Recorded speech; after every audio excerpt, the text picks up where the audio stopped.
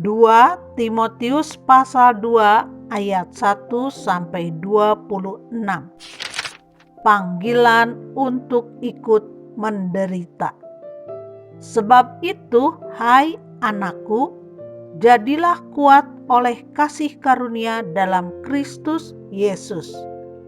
Apa yang telah engkau dengar daripadaku di depan banyak saksi, percayakanlah itu kepada orang-orang yang dapat dipercayai, yang juga cakap mengajar orang lain.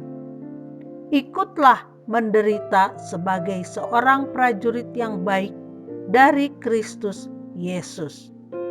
Seorang prajurit yang sedang berjuang tidak memusingkan dirinya dengan soal-soal penghidupannya, supaya dengan demikian ia berkenan kepada komandannya.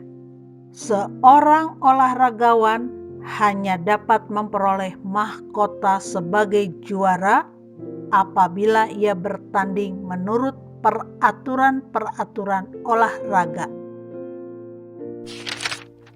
Seorang petani yang bekerja keras haruslah yang pertama menikmati hasil usahanya.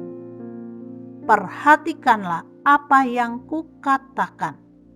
Tuhan akan memberi kepadamu pengertian dalam segala sesuatu. Ingatlah ini, Yesus Kristus yang telah bangkit dari antara orang mati, yang telah dilahirkan sebagai keturunan Daud, itulah yang kuberitakan dalam Injilku. Karena pemberitaan Injil inilah aku menderita, malah dibelenggu seperti seorang penjahat. Tetapi firman Allah tidak terbelenggu.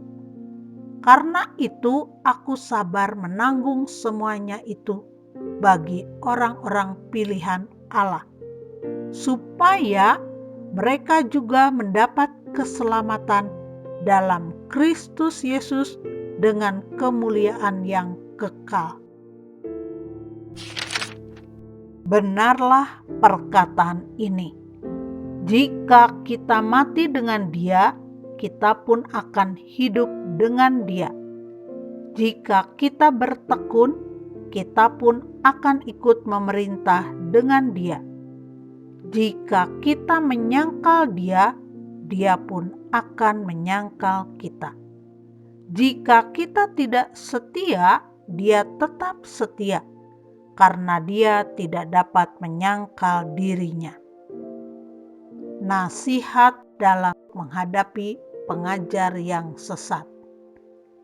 Ingatkanlah dan pesankanlah semuanya itu dengan sungguh-sungguh kepada mereka di hadapan Allah, agar jangan mereka bersilat kata, karena hal itu sama sekali tidak berguna, malah mengacaukan orang yang mendengarnya.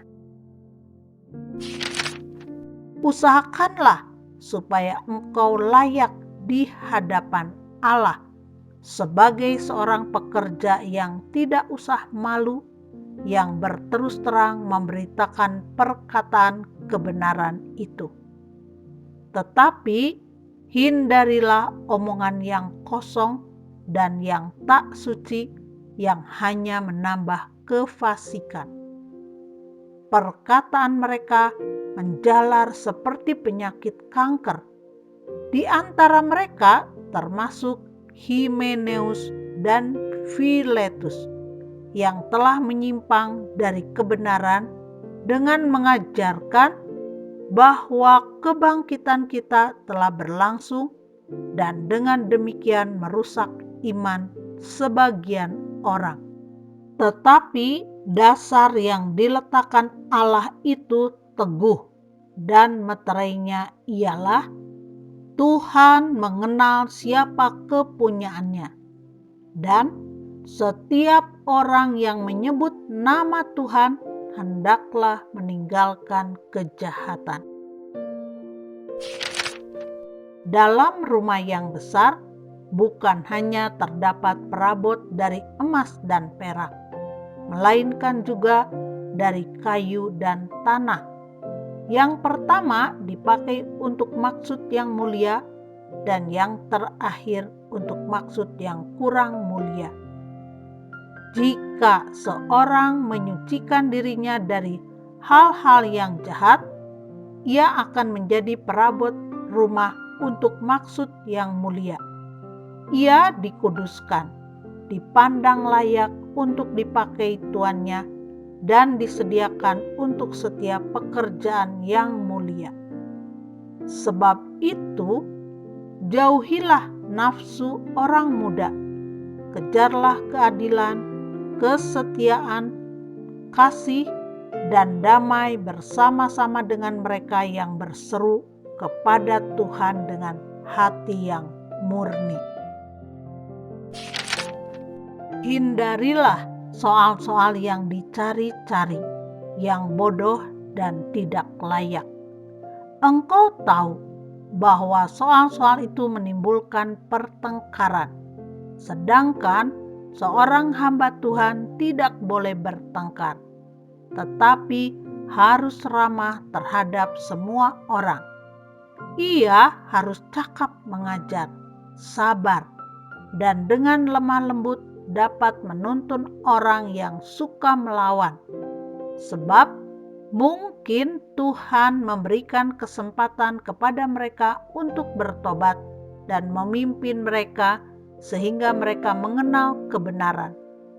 Dan dengan demikian mereka menjadi sadar kembali karena terlepas dari jerat iblis yang telah mengikat mereka pada kehendaknya.